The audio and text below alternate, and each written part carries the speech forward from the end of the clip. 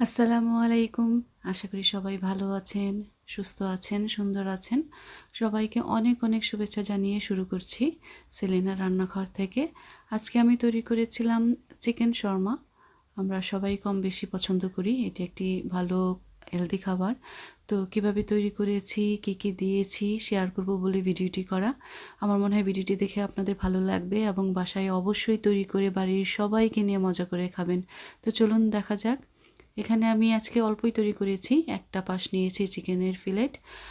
আর কিভাবে কেটে নিচ্ছি দেখুন, এটাকে আমি পাতলা পাতলা করে স্লাইস করে কেটে নিব। তো আমি একটা পাশ নিয়েছি, আপনারা চাইলে দুটো পাশ দিয়ে করতে পারেন, বেশি করতে চাইলে।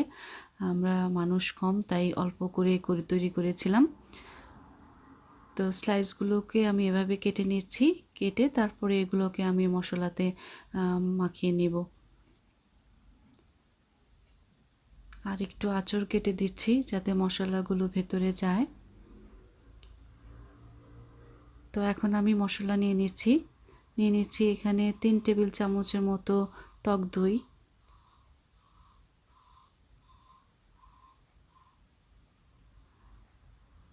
আর সেই সাথে দিয়ে দিচ্ছি পরিমাণ মতো লবণ, দিয়ে দিচ্ছি 2 চামচের মতো লাল মরিচের গুঁড়ো, একটু পরিমাণের হলুদের গুঁড়ো, দিয়ে দিচ্ছি রসুনের গুঁড়ো আধা চা চামচ, দিয়ে দিচ্ছি জিরা গুঁড়ো 1 চা চামচ,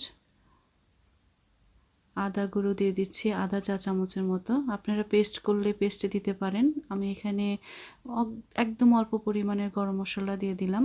আর সেই সাথে দিয়ে দিচ্ছি 1 চা চামচের মতো বারবিকিউ মশলা, সাথে দিয়ে দিচ্ছি আধা চা চামচের মতো গোলমরিচের গুঁড়ো, কালো গোলমরিচ, দিয়ে দিচ্ছি 1 চা চামচ চিলি ফ্লেক্স, দিয়ে দিচ্ছি লেবুর রস, এখানে প্রায় 1 চা চামচের মতো দিয়েছি, দিয়ে দিচ্ছি সয়াবিন তেল 1 টেবিল চামচের মতো। তো মোটামুটি সব দেওয়া হয়ে গিয়েছে। এখন এই সব মশলা ভালোভাবে মিক্সড করে নিব। ভালোভাবে মিক্সড করা হয়ে গেলে তারপরে যেই চিকেন ফিলেটের যে স্লাইসগুলো করেছিলাম সেগুলোর সাথে ভালোভাবে মশলাগুলো মিক্সড করে নিচ্ছি। আরও কিছু মরিচের গুঁড়ো চিলি ফ্লেক্স দিয়ে নিয়েছি, যেহেতু আমরা ঝাল পছন্দ করি। তো এখন ভালোভাবে মিক্সড করা হয়ে গিয়েছে। আমি ম্যারিনেট করে রেখে দেব কয়েক ঘন্টার জন্য। আপনাদের হাতে সময় কম থাকলে কমপক্ষে 1 ঘন্টা ম্যারিনেট করে রাখবেন। তো ম্যারিনেট করার পর আমি ফ্রাই প্যান বসিয়ে দিয়েছি, 2 টেবিল চামচ সয়াবিন তেল দিয়ে ফ্রাই প্যানটাতে মুছে দিচ্ছি ভালো করে। এখন চিকেনগুলো যে ম্যারিনেট করে রেখে দিয়েছিলাম সেই চিকেনগুলোকে এখন আমি ফ্রাই প্যানে দিয়ে ভেজে নেব। তো এই পিসগুলোকে আমি যে ফ্রাই প্যানটাতে তেল দিয়েছি গরম হয়ে এসেছে, এখন এতে আমি এক এক করে সবগুলো দিয়ে নিব। পরিমাণে যেহেতু কম সেহেতু সবগুলোই হয়ে যাবে এই ফ্রাই প্যানে। আর যেহেতু খুব পাতলা করে দিয়েছি তো খুব বেশি সময় লাগবে না, ম্যারিনেট করা অনেক সময়, তো অল্প সময়েই এটা তৈরি করে নিতে পারবো। তো একটা পিঠ হয়ে গেলে আমি আবার আলতো করে উল্টে দিচ্ছি।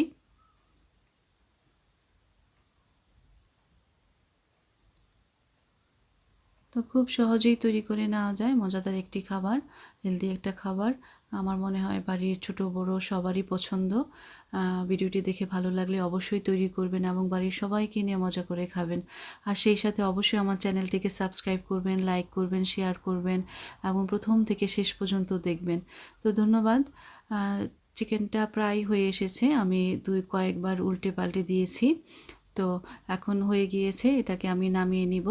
নামিয়ে আমি নাইফ দিয়ে ছোট ছোট পিস করে কেটে নিচ্ছি, যাতে রুটিটার ভেতরে দিতে ইজি হয় এবং খুব সহজেই ভাজ করা যায়। তো এইভাবে আমি ছোট ছোট করে কেটে নিয়েছি। আপনারা চাইলে কেটেও ফ্রাই করতে পারেন চিকেনটা। তো আমার এগুলো কাটা হয়ে গিয়েছে চিকেনগুলো। এখন আমি ভেতরে সালাদের জন্য এখানে যা যা দরকার আমি নিয়ে নিয়েছি। সাথে আমি এক্সট্রা সস তৈরি করিনি, আমি মায়োনিজ আর চিলি সস টমেটো কেচাপ দিয়ে তৈরি করে নিয়েছি। তো সালাদগুলোকে আমি হালকা একটু ফ্রাই প্যানে ভেজে নেব, অল্প একটু তেল দিয়ে। আমি চিকেনের যে তেল ছিল সেই তেলটা দিয়েই আমি এই সালাদগুলোকে হালকা একটু ভেজে নেব ফ্রাই প্যানে।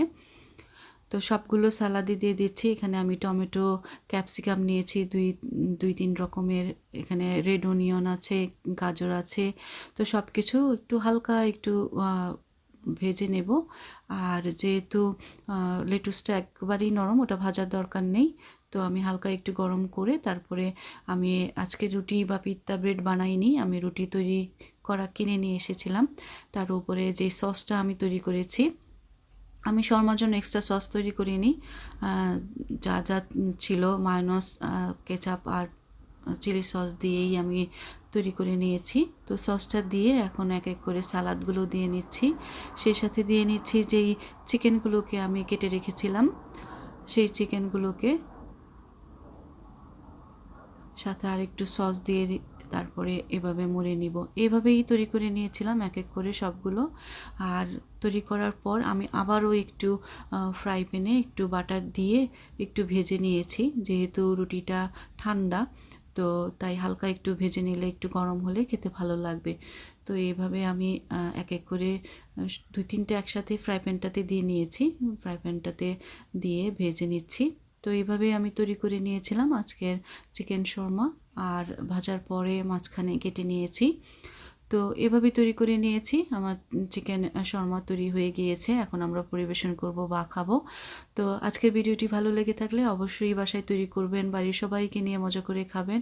সে সাথে অবশ্যই আমার চ্যানেলটিকে সাবস্ক্রাইব করবেন, লাইক করবেন, শেয়ার করবেন এবং প্রথম থেকে শেষ পর্যন্ত দেখবেন।